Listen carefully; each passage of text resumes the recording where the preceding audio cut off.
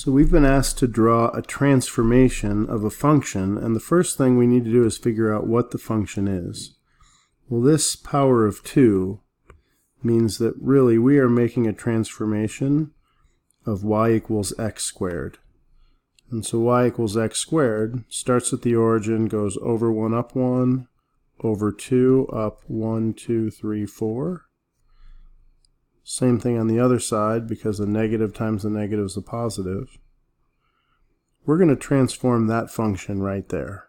So if we look at the x value inside the parentheses and set that equal to 0 and solve for x, that will tell us that the x value moves over to negative 2. So we're going left 2. And all of this is the y value, and we're going to add 3 to that y value. So we're going up 3. So that means I'm going to move my origin from here, left 2, up 3. This is the new origin right here. So now we look to see what is multiplying that y-coordinate. And so we see that we're multiplying everything by negative 1.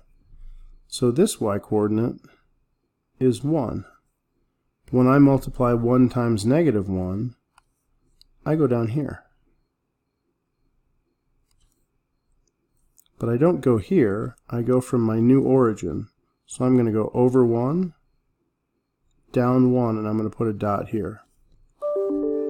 Next, when I go over 2, I used to go times or up 4. Well, now I'm going to multiply that 4 times this negative 1,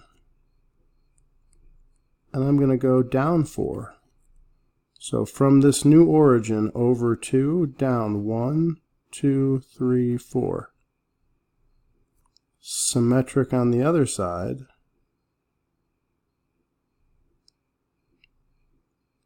My new transform function with everything considered looks like this.